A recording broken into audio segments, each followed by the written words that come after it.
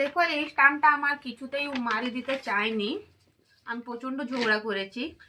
তো এই স্টাম্পটার জন্য আমি বাইরের থেকে করাবো, তো সে আমাকে বলে কি হ্যাঁ বাইরে থেকে করাতে পারেন, কিন্তু পয়সা রিফান্ড মাত্র 300 টাকা পাবে, 3000 টাকা যদি লাগে মাত্র 300 টাকা পাবে। তো চলো, এখানে আমি পয়সার কথা ভাবিনি। আমি ভাবছি যদি মানুষের এমার্জেন্সি পেশেন্ট আসে, তাদেরকে যদি অ্যাল্ট্রাসাউন্ড রিপোর্ট দেয়, তাদেরকে যদি 1 মাস পর ডাকে, তাহলে সেই মানুষ কি বাঁচবে?